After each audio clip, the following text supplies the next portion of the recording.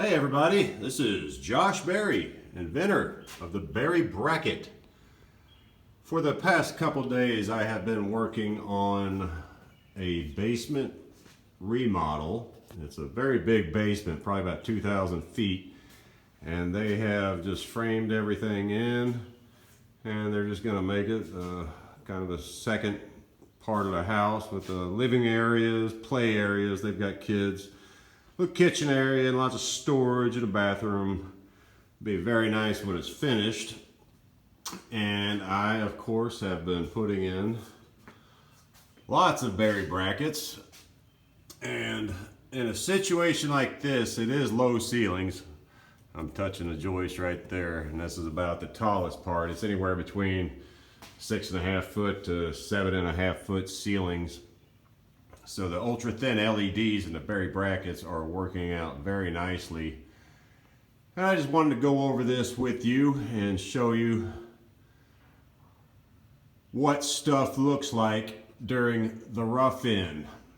Now, after I figure out where I want my brackets, which I did 2 days ago, I went around and did all my layout and marked the floor everywhere I needed a light, and figured out where all the plugs and switches are going to go. Did a walkthrough with the homeowners, and I believe the total count on this job will be 66 brackets. And I spent probably maybe 4 hours doing my total layout, and in 3 hours time yesterday I hung 65 brackets in 3 hours by myself. So obviously it is way faster than recessed cans, and easier and better. And especially, like I was saying, in a situation like this, you know, just getting a light where you want it. I mean, probably 90% of the time you're going to come out on framing.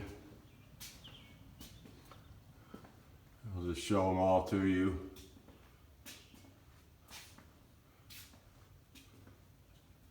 It's getting a little dark back in here. Hopefully you can see this.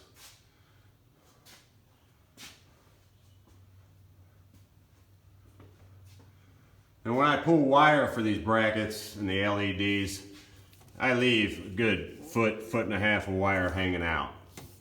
And I make everything, I keep it all to where I make it flat and pretty and easy to get in the J-box, and just staple it right up there.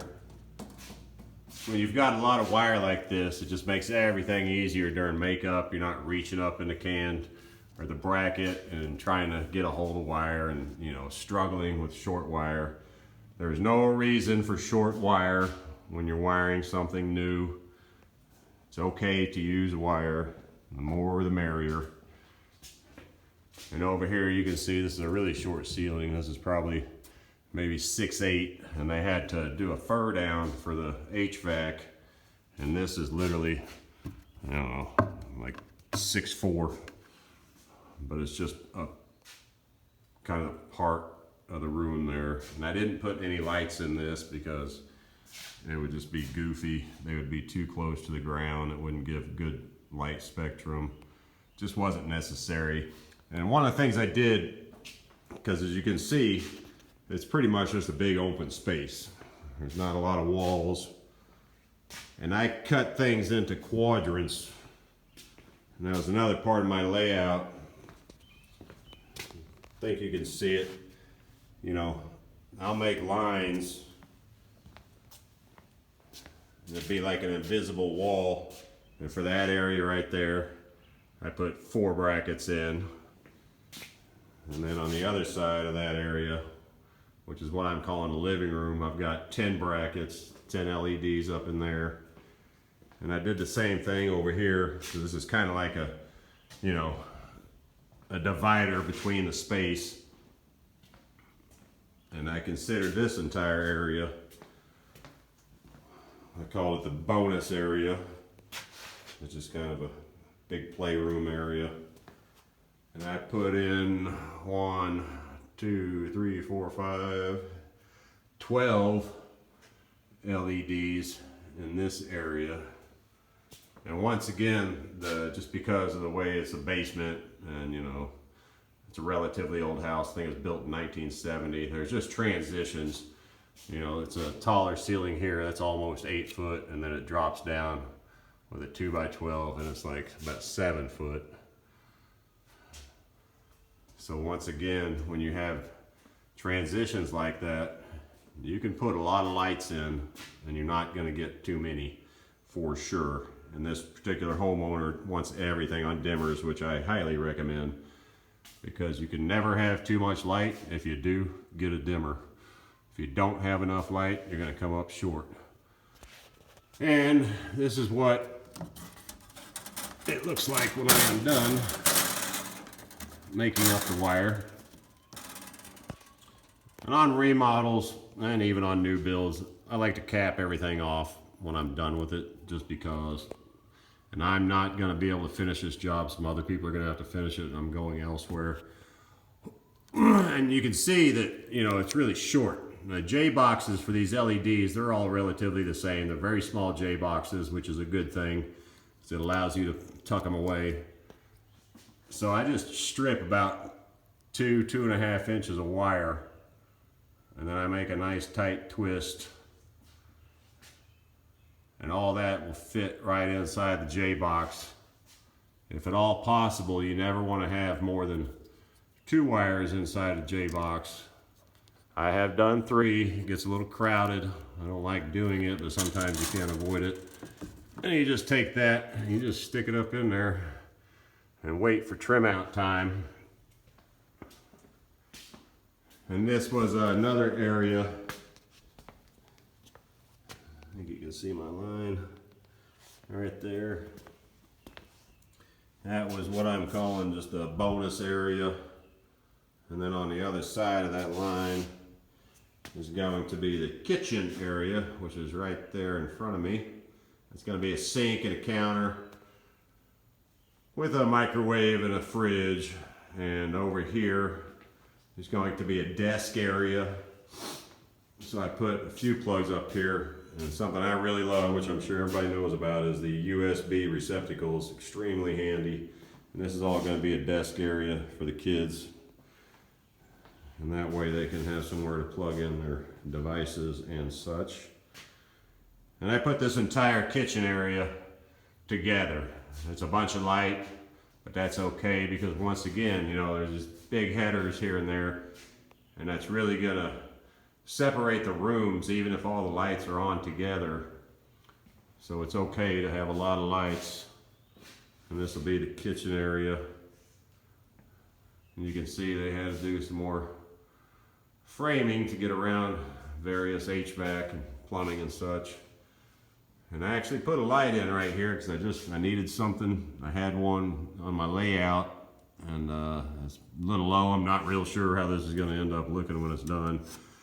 As always, you run into unique things on remodels, and it's definitely not going to hurt. It's just going to be a very low light. I mean, this is like literally 6'3" to the top of this, and it's just that one portion, and it steps up there, and there's another light there.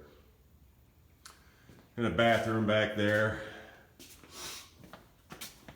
which they furred down the ceiling. There's all kinds of weird areas just because of the plumbing and everything. It is a basement. And I'm gonna stick probably 2 LEDs in here and a bathroom fan in here, and that'll be about it. And GFI, a couple switches. And this is just more space, just an extra area.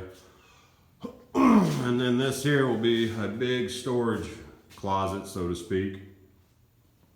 And I'm going to do something I haven't done before, because the homeowner is not going to sheetrock the interior of this area. And I'm literally just going to put brackets up and put the LED fixtures right in the brackets without sheetrock, which you can do. I've done it for temporary lighting. It works just fine. And it actually looks pretty cool, and the light performs just like it normally would. It's just not too often do you do that, because not too often do things get left exposed. And So yeah, it's been a very interesting little basement job. Lots of brackets, lots of LEDs. It's gonna look fantastic when it's done. And like I was saying, some of the guys I work with, they don't quite take the time they should making up wires, but this is exactly what you want to see for these LEDs. I mean, that's literally, you know, just a good 2.5 inches of wire that I strip, and all I use the razor knife, strippers, Kleins, lineman's pliers, and needle nose. And what I really enjoy doing with needle nose and lineman's pliers is I can get just an amazing twist like that. It's very tight, very clean, and it will never come loose on you. Because I've seen a lot of people have their wire twists come loose. And when you do it like that, it will not come undone. Not at all.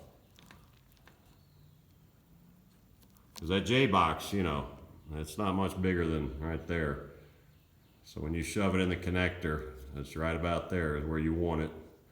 Nothing extra, and you really don't even need to fold the wires or anything. I just lay right in there. And then I just take it and stick it up in there and leave it alone and wait for trim out. And you know, as you can see, I mean, look at this guy. Half the hole covered, not a problem. And this guy here, I mean, the HVAC, it's a duct right there. I mean, it's right there, probably 2 inches above where my light's gonna be. But I've got room right here for my J-box.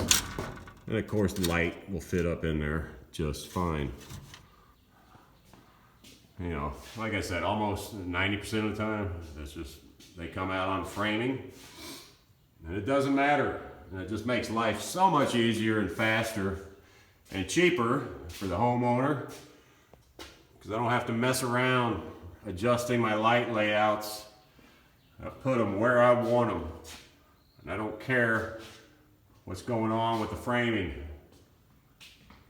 I get the distances good and even to provide good lighting. And you could never do this stuff with any other kind of lighting fixture except those ultra thin LEDs.